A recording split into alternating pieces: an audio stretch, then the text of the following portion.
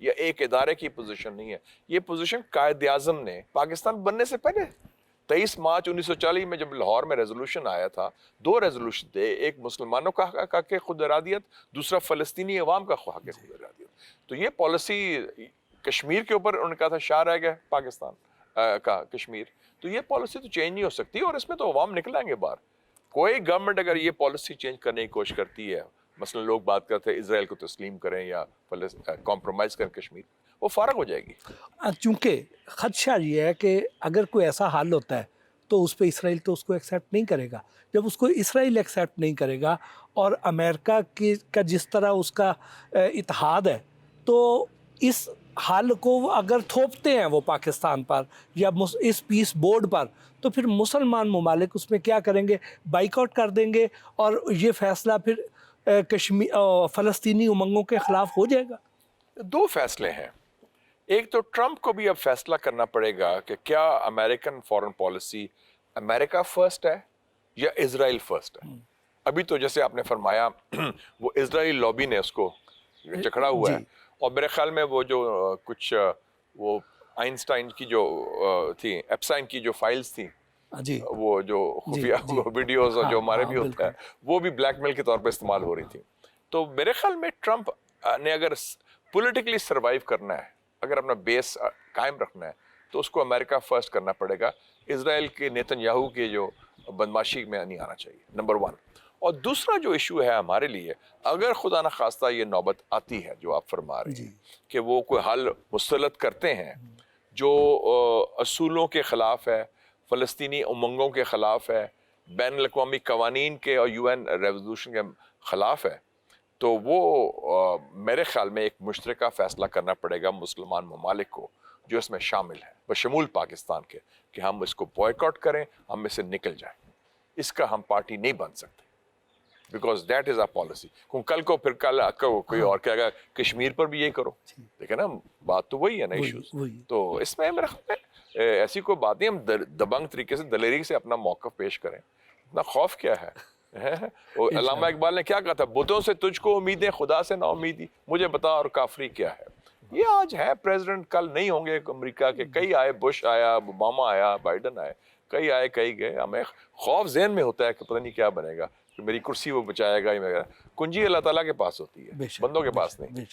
یہ جو سر آج کل ایران کی اور امریکہ کی یہ جو آج کل لفظی گولہ باری ہو رہی ہے اور حملے کی دھمکیاں دی جا رہی ہیں, قاتلانہ حملوں کی دھمکیاں دی جا رہی ہیں, ادھر لوگوں کو بھڑکایا جا رہا ہے ایران میں, اس کا نتیجہ کیا نکلے گا؟ یہ حالات کس طرف جا رہے ہیں؟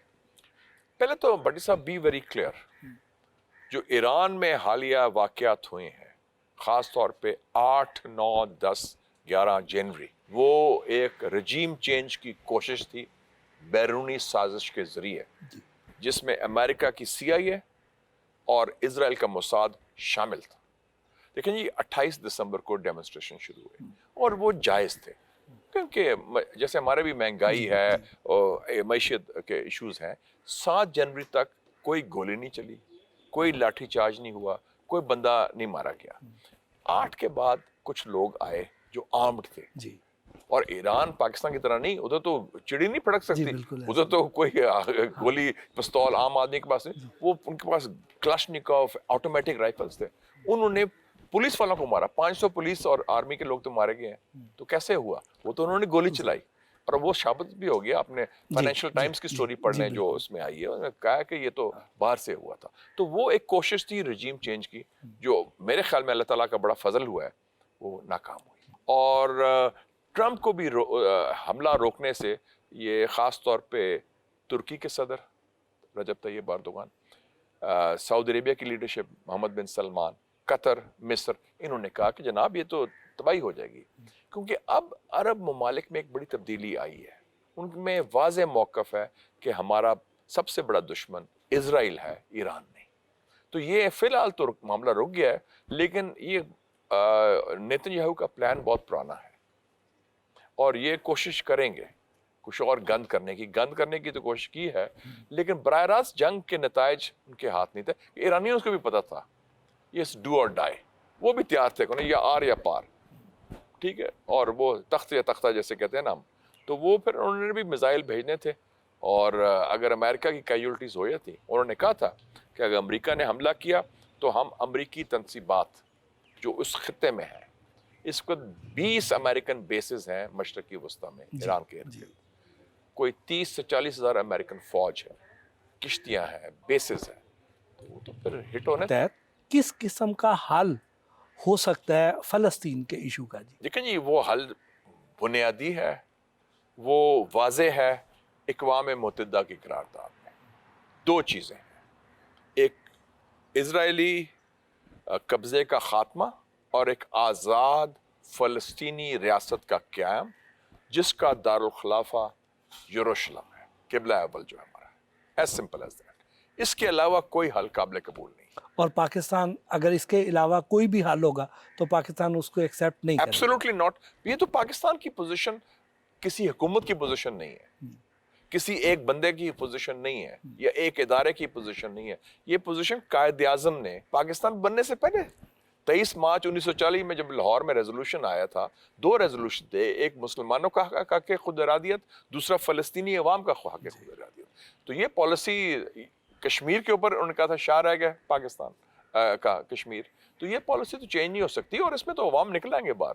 کوئی گورنمنٹ اگر یہ پالیسی چینج کرنے کی کوشش کرتی ہے، مثلا لوگ بات کرتے ہیں اسرائیل کو تسلیم کریں یا کمپرومائز کریں کشمیر، وہ فارغ ہو جائے گی۔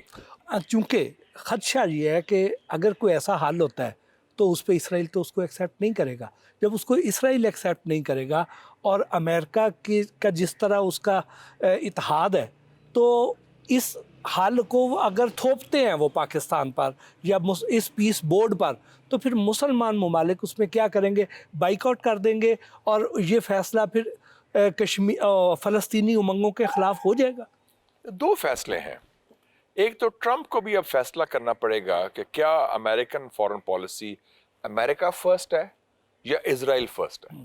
ابھی تو جیسے آپ نے فرمایا وہ اسرائیلی لابی نے اس کو جکڑا ہوا ہے، اور میرے خیال میں وہ جو کچھ وہ آئنسٹائن کی جو تھی، ایپسٹائن کی جو فائلز تھیں، جی، وہ جو خفیہ ویڈیوز جو ہمارے بھی ہوتا ہے، وہ بھی بلیک میل کے طور پہ استعمال ہو رہی تھی۔ تو میرے خیال میں ٹرمپ نے اگر پولیٹیکلی سروائیو کرنا ہے، اگر اپنا بیس قائم رکھنا ہے، تو اس کو امریکہ فرسٹ کرنا پڑے گا، اسرائیل کے نیتن یاہو کے جو بدماشی میں نہیں آنا چاہیے، نمبر 1۔ اور دوسرا جو ایشو ہے ہمارے لیے، اگر خدا نخواستہ یہ نوبت آتی ہے جو آپ فرما رہے ہیں کہ وہ کوئی حل مسلط کرتے ہیں جو اصولوں کے خلاف ہے، فلسطینی امنگوں کے خلاف ہے، بین الاقوامی قوانین کے اور UN ریزولوشن کے خلاف ہے، تو وہ میرے خیال میں ایک مشترکہ فیصلہ کرنا پڑے گا مسلمان ممالک کو جو اس میں شامل ہیں، بشمول پاکستان کے، کہ ہم اس کو بوائیکاٹ کریں، ہم اس سے نکل جائیں۔ اس کا ہم پارٹی نہیں بن سکتے، because that is a policy. کل کو پھر کوئی اور کہے گا کشمیر پر بھی یہی کرو۔